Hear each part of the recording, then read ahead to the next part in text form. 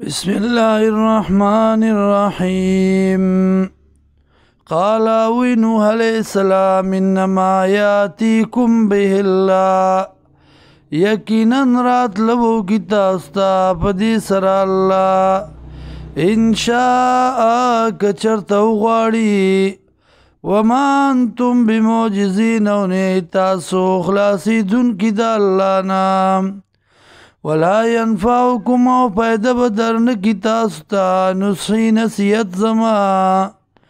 ان اردتو کچرت زو غواړم ان انصح لكم دا چې نصیحت کوم تاسو ته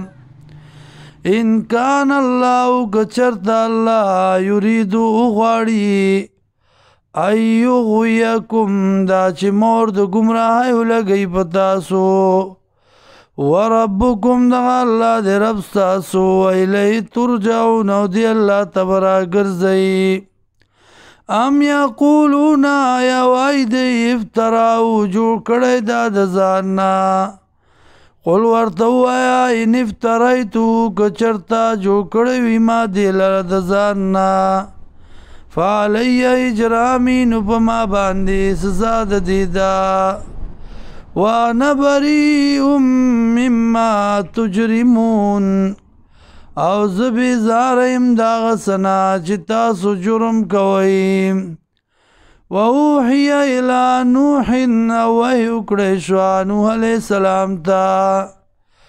انه چې یقینا لا یؤمن